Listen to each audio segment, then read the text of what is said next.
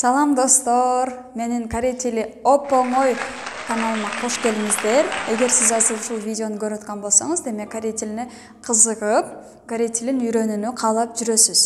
Эгерде сиздей болгон досторуңуз, тааныштарыңыз болсо, менин каналымды сөзсүз бөлүшүп коюңуздар. Анткени көп пайдалуу сабактарды чыгарып турам. Бүгүн менин эң биринчи сабагым, мен үчүн аябай маанилүү күн.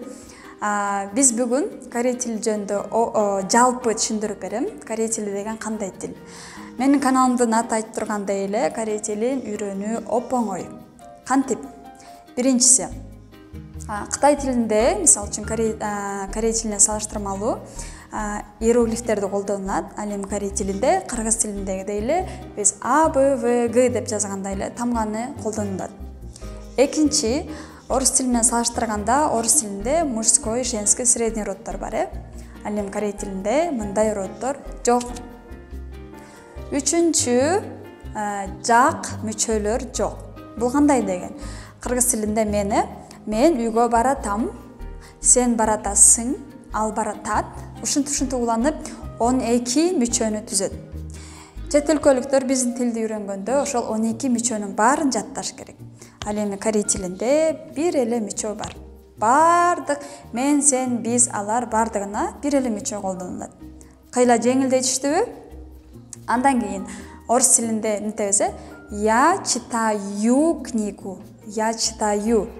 Ты читаешь. Мы читаем. Корей тилинде мындай жок.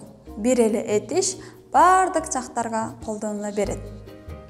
Андан кийин жеңили сүйлөгөндө көп тамгалар кыргыз тилине эле окшош. Акцент анчалык деле билинбейт. Мисалы үчүн корей тилинде ың тамгасы бар, кыргыз тилинде ың.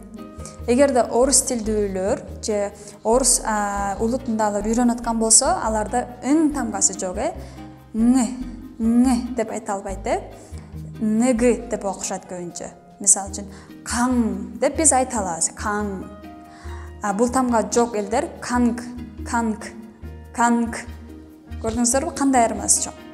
Ошондуктан корей тилин эгер азыр жаңы баштап аткан болсоңуздар, белди бекем буңуз. Корей тили оп-оңой.